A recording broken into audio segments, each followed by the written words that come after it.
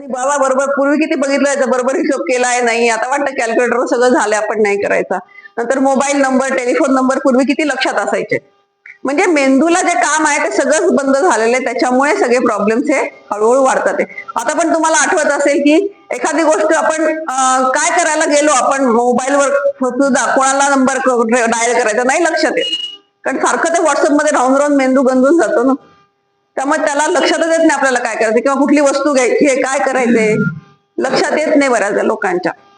नंतर सी मध्ये अजून येतं क्लास लर्निंग. जसं आपण एकत्र बसून कधी तुम्ही शिकताय, शिकल्यामुळे त्याच्यावर तुम्ही विचार करणार, 4 लोकांना सांगणार, तुमच्या मेंदूला काम मिळेल. डी मध्ये येतं डान्स. नाचलं पण पाहिजे, कारण नाच करताना तुमचे हात पाय मेंदू सगळ्यांनाच चांगलं काम करावं, कारण कोऑर्डिनेशन व्हावं लागतं ना. सुरुवातीला खूप अवघड जातं ते, पण त्याच्याने सुद्धा चांगल्या प्रकारचा फायदा होतो. नंतर ड्रायव्हिंग, ज्यांना शक्य त्यांनी ड्रायव्हिंग करत राहणं गरजेचं आहे. ड्रायव्हिंगमुळे सुद्धा कान आहे, डोळे आहे, हात पाय एकदम मेंदूला खूप जास्त अलर्ट राहावं लागतं, त्यामुळे मेंदूला चांगलं काम मिळतं. त्याच्यानंतर ई मध्ये येतं एक्झरसाइज, व्यायाम. व्यायाम हा केला गेलाच पाहिजे. तुम्ही बसून करा, झोपून करा, कुठल्याही प्रकारे करा, पण व्यायामाने रक्ताभिसरण सुधारतं, ऑक्सिजन सगळ्या शरीरामध्ये पोहोचतो आणि नको असलेले विषारी घटक हे बाहेर टाकले जातात. ते खूप महत्वाचं, त्याचा निचरा होणं खूप गरजेचं आहे. त्याच्यामुळे मेंदू ताजातवाना होतो, त्याला सगळ्या प्रकारचे न्यूट्रिशन सुद्धा मिळतात. जसं रक्तप्रवाह वाढला की सगळ्या प्रकारचं न्यूट्रिशन ऑक्सिजन बरोबर त्या मेंदूला हे मिळत असतं. त्याच्यानंतर ई मध्ये येतं एक्सप्रेस युअर इमोशन. तुमच्या ज्या काही भावना आहेत, दुःखी असो, वाईट असो, राग लोभ असो, सगळं हे भावनांचा निचरा होणं गरजेचं आहे.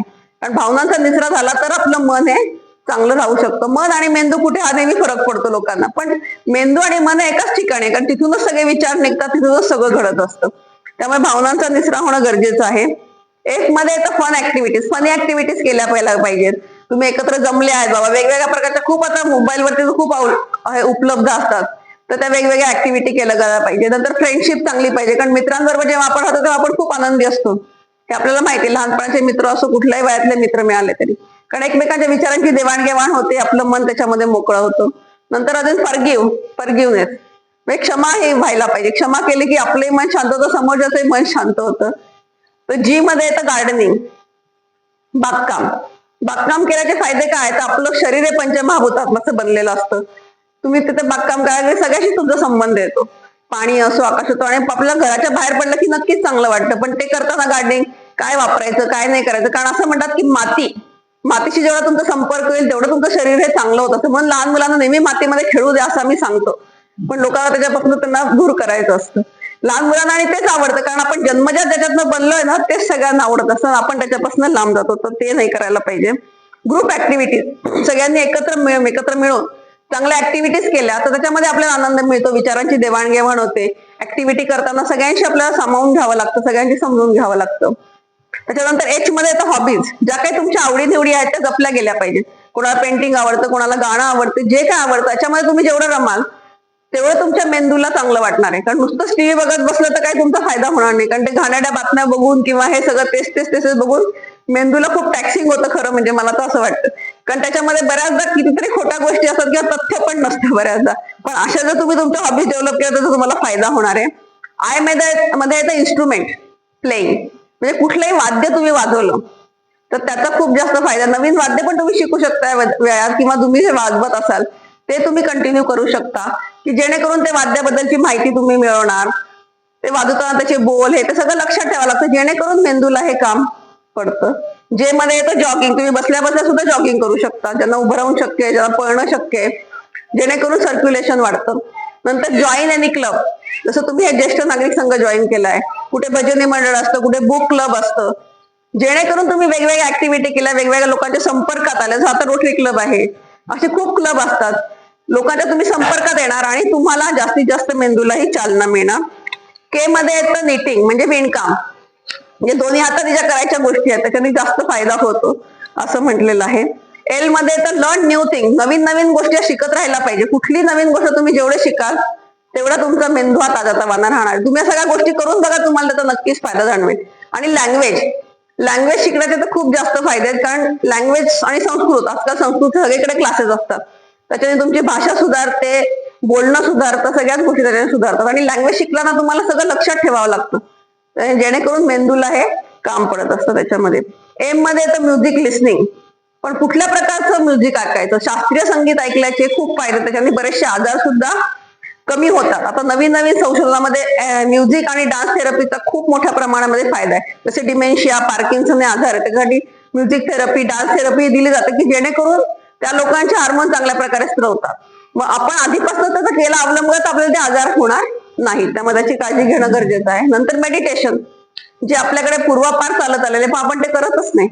मेडिटेशननी खूप माणूस रिलॅक्स होतो, मेंदू खूप चांगल्या प्रकारे शांत होतो आणि एक सगळे जे स्ट्रेस हार्मोन्स असतात ते कमी प्रमाणात स्त्रवतात. त्यामुळे तुमची बॉडी ही चांगली तेवढ्या वेळाने चांगली तयार होते, दिवसभरासाठी तुम्ही चांगल्या प्रकारे काम करू शकता. त्याच्यानंतर मेमरी गेम्स, मला वाटतं ताईंनी मेमरी गेम्सचा वर्ग अटेंड केला, आमच्या आईंनी चालू केलेला. तर मेमरी गेम खेळल्यामुळे मेंदूला खूप चालना मिळते, विचारशक्ती तुमची वाढते आणि काहीतरी चांगलं खाद्य मिळालं की मेंदूच्या पेशींची झीज कमी होते आणि चांगलं अजूनच वाढ होऊ शकते त्यांच्यामध्ये. एन मध्ये तर न्यूट्रिशन, सगळ्या प्रकारचं पौष्टिक अन्न हे शरीराला गेलं पाहिजे. मेंदूसाठी जवस, नंतर अक्रोड आणि कोकोनट ऑइल हे जास्त प्रमाणामध्ये खाल्लं गेलं पाहिजे. नंतर ओ मध्ये येतं अदर हँड यूज, म्हणजे दुसऱ्या हाताचा वापर करणं खूप गरजेचं आहे, जे आपण करत नाही. जे उजव्या हाताने काम करतात त्यांचा डावा मेंदू जास्त तल्लख असतो, पण डावखुरे लोक असतात त्यांचा उजव्या मेंदू तल्लख असतो. उजव्या मेंदूमध्ये मेमरी सेंटर आहे, नंतर क्रिएटिव्हिटीचे सगळे सेंटर आहे, अनालिसिसचे सेंटर आहे. त्यामुळे दुसऱ्या हाताने जर काम करायला लागलं, तुम्ही ब्रशिंग करा, जी ऍक्टिव्हिटी तुम्ही उजव्या हाताने करता डाव्या हाताने करून बघा, तर त्याच्याने सुद्धा मेंदूला फायदा होतो. टी मध्ये येतं प्रेयर्स, प्रार्थना सुद्धा स्ट्रेस हार्मोन रिलीज होतात, खूप चांगलं वाटतं. तर प्ले लाईक अ चाइल्ड, लहान मुलासारखं अगदी निरागसपणे हसलं पाहिजे, खेळलं पाहिजे, त्याच्याने सुद्धा मेंदूचे खूप फायदे होतात. क्यू मध्ये तर क्विज किंवा क्वेश्चनिंग, कोडी सोडवणं झालं.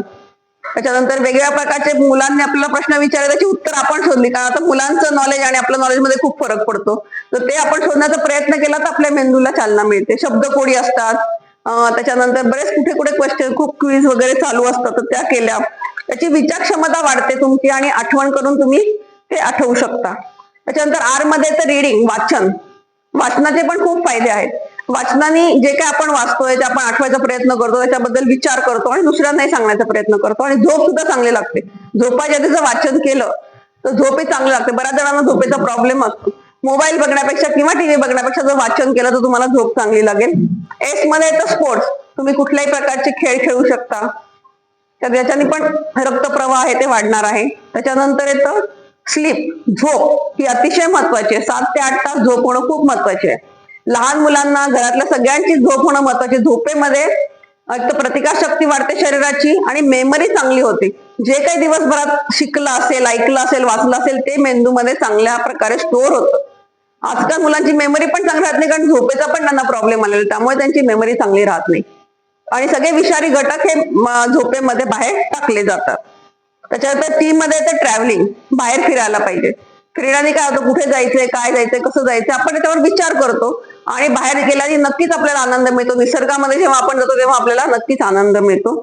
आता तुम्ही म्हणा या वेळेमध्ये आम्हाला शक्य नाही, तर व्हर्च्युअल ट्रॅव्हलिंग तुम्ही करू शकता, म्हणजे व्हिज्युअलायझेशन करायचं, आपण कुठे गेलो होतो, काय काय बघितलं होतं ते आठवलं तरी मेंदूला चांगलं मिळतं.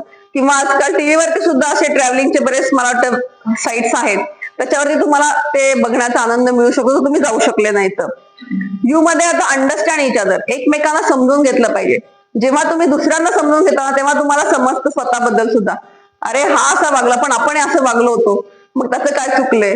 अंडरस्टँडिंग चांगलं झालं तर संबंध सुधारतात आणि तुमचा मेंदूचा स्ट्रेस हा त्याच्यामध्ये कमी होतो.